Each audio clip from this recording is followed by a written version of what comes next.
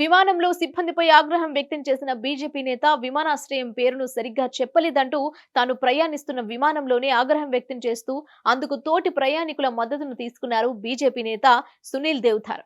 ఈ సందర్భంగా విమానయాన సంస్థకు ఈ మేరకు సూచనలు చేస్తూ కేంద్ర పౌర విమానయాన మంత్రిత్వ శాఖ ఈ విషయంపై దృష్టి సారించాలని ట్వీట్ చేశారు. ఈ సందర్భంగా విమానంలో తీసిన వీడియోను పోస్ట్ చేశారు. విమానాశ్రయం పేరు సరిగ్గా చెప్పాలని ఆగ్రహం వ్యక్తం చేస్తూ బీజేపీ నేత సునీల్ దేవ్ధర్ తాజాగా ఓ వీడియోను పోస్ట్ చేశారు. ఆ వీడియోలో విమానాశ్రయం పేరును సరిగ్గా చెప్పాలంటూ ఇండిగో విమానయాన సిబ్బందికి సలహాలిచ్చారు.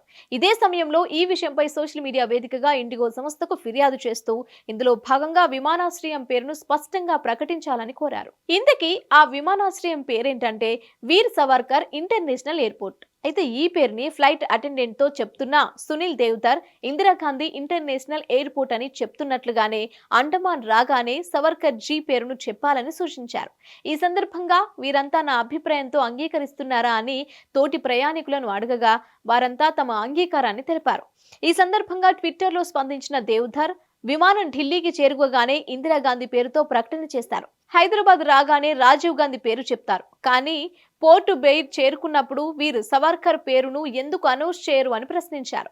దీంతో ఈ పోస్ట్ పై పలు రకాల కామెంట్లు వినిపిస్తున్నాయి. इस एयरपोर्ट का नाम वीर सावरकर इंटरनेशनल एयरपोर्ट है।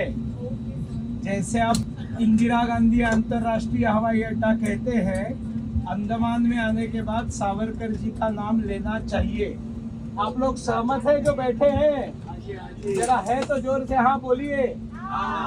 Hit TV presents like share comment. TV వాళ్ళకు కూడా నేను ఒక సర్ప్రైజ్ ఇద్దాం అనుకుంటున్నాను. మీరు మాత్రమే జెస్సీ ఎందుకు అయ్యారు? ఇలాంటి అమ్మాయిలకి పిలవడానికి బాగుంటుంది.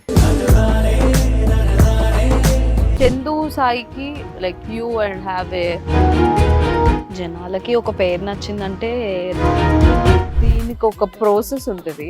ఎందుకు బాక్స్ డైరెక్ట్కి వెళ్ళిపోదాం. ఏదైనా ఒకటి మర్చిపోయినావా నువ్వు? ఏం మర్చిపోయావు? ఏదో ఆ టైంకి మన సుడి బాగుంటే ఎవరన్నా చూపింటే రాయగలం కానీ డోర్ టు డోర్ సేల్స్ చేసేవాళ్ళు. శారీ వస్తుంది, శారీలో వెనకాల కట్టుకుని